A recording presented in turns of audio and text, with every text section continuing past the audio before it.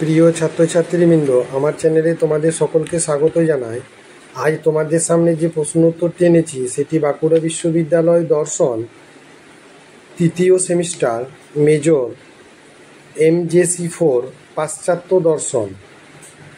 এই প্রশ্নটি এবং উত্তরটি প্রথম থেকে শেষ পর্যন্ত দেখার সাথে সাথে আমার চ্যানেলে নতুন হয়ে থাকলে চ্যানেলটিকে সাবস্ক্রাইব করে দিও, সেই সঙ্গে অল নোটিফিকেশনটি অন করে রেখো। দেখো, আজকের প্রশ্ন হলো, বাকলে কিভাবে লকের অমূর্ত ধারণা খণ্ডন করেন আলোচনা করো, বা বাকলের যুক্তি কতটা সঠিক বিশ্লেষণ সেটা আলোচনা করো। উত্তর দেখো, জন লক অমূর্ত ধারণার অস্তিত্ব স্বীকার করেছেন।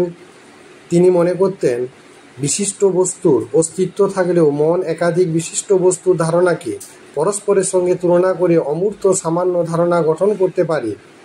যেমন যখন আমাদের মনে গতির ধারণা সৃষ্টি হয়, তখন নানা জাতীয় গতি, যেমন অপেক্ষাকৃত ধীর, দ্রুত, গোলাকার প্রভৃতি গতিকে বিমূর্তকরণ প্রক্রিয়ার মাধ্যমে আমরা গতি সংক্রান্ত একটা প্রত্যয় মনে মনে তৈরি করে নিই। যখন একাধিক বিশেষ বস্তুর মধ্যে কতকগুলি সাধারণ গুণকে প্রত্যক্ষ করা যায়, তখন তাদের একটি শ্রেণীভুক্ত করে বিশেষ নাম দিয়ে এই প্রত্যয় গঠিত হয়। ভাষার এবং চিন্তনের ক্ষেত্রে এই প্রত্যয়ের গুরুত্ব অপরিসীম। মানুষের চিন্তা জগতে জটিলতার ভাষার ক্ষেত্রে এই প্রত্যয় বা অমূর্ত সামান্য ধারণা ছাড়া কোনোভাবেই অগ্রসর হওয়া যায় না। লকের এই মত ধারণাবাদ নামে পরিচিত। পরবর্তী প্যারা, বাকলে লকের অভিজ্ঞতাবাদ অধিকতর সংগতির সঙ্গে অনুসরণ করে অমূর্ত ধারণার অস্তিত্ব খণ্ডন করেছেন। বাকলে বলেন, যার প্রত্যক্ষ জ্ঞান কখনো সম্ভব নয় তার ধারণাও মনে গঠন করা সম্ভব নয়। আমরা অমূর্ত ও অরূপ জাতিগত ধারণার কোনো প্রত্যক্ষ জ্ঞান লাভ করতে পারি না। এজন্য এরূপ জাতিগত ধারণা মনে গঠন করার আমাদের কোনো ক্ষমতা নেই। বাকলে বলেন, আমাদের চিন্তা প্রত্যক্ষ অভিজ্ঞতার গণ্ডি কখনো লঙ্ঘন করতে পারে না। আমাদের চিন্তা বা ধারণা ব্যক্তি ও বস্তু বিশেষের মধ্যেই সীমাবদ্ধ। মূর্তিহীন বা রূপহীন কোনো জাতির চিন্তা অসম্ভব। অমূর্ত জাতির নামবাদ প্রবর্তিত করেন।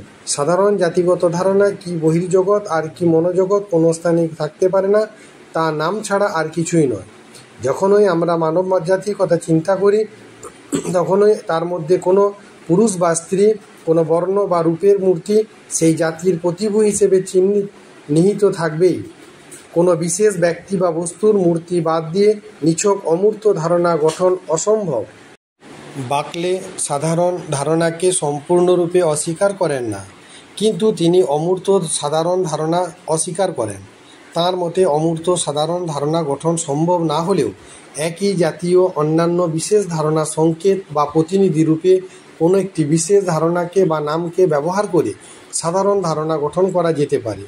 যেমন ত্রিভুজের জাতিগত সামান্য ধারণা গঠনের সময় একটি বিশেষ ত্রিভুজের প্রতিকৃতিকে যে কোনো ত্রিভুজের প্রতিনিধি হিসেবে আমরা আমাদের মনে উপস্থিত করি।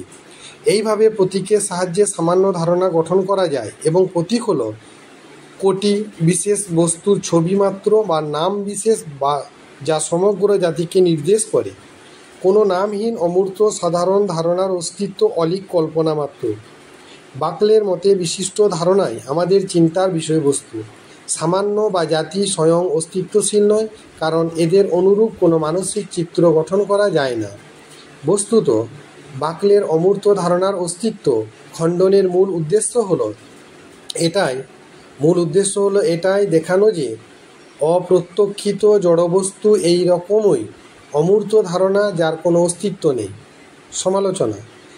1 নম্বর, আমাদের চিন্তাধারা যদি বিশেষ ও মূর্তিমান বিষয়ের মধ্যে সীমাবদ্ধ থাকত, তাহলে জ্ঞানের কোনো অগ্রগতি ঘটত না। কিন্তু বস্তুত বৈজ্ঞানিকদের প্রাকৃতিক নিয়মের চিন্তা, দার্শনিকদের তত্ত্বমূলক চিন্তা, গাণিতিক ও যুক্তিবিজ্ঞানীদের মৌলিক নীতি সম্বন্ধে চিন্তা, এসবই অমূর্ত জাতিগত ধারণার পরিচায়ক। 2 নম্বর, যখন আমরা কতগুলি বস্তুকে নীল বর্ণ বলি, তখন যেমন সেই বিশেষ বিশেষ নীল বস্তুর অস্তিত্ব স্বীকার করি এবং তাদের ধারণাও করি, তেমনি এগুলির জাতি ধর্ম নীল বর্ণের অস্তিত্বের কথা স্বীকার করি এবং তার ধারণাও গঠন করি। এক্ষেত্রে নীলবর্ণ নিছক নামমাত্র নয়, বস্তুত সাধারণ ধর্ম বস্তুগত এবং তাদের প্রতীকহীন অমূর্ত ধারণা গঠন সম্ভব। এইসব সমালোচনা সত্ত্বেও বাকলের তত্ত্বের সমর্থনে বলা যায় যে তার তত্ত্ব মন ও জড়বস্তুর ভিন্ন অস্তিত্বের কথা বলে লক যে দ্বৈতবাদের ধারণা আমাদের সামনে হাজির করেছেন, বাকলে তার অবসান ঘটিয়েছেন।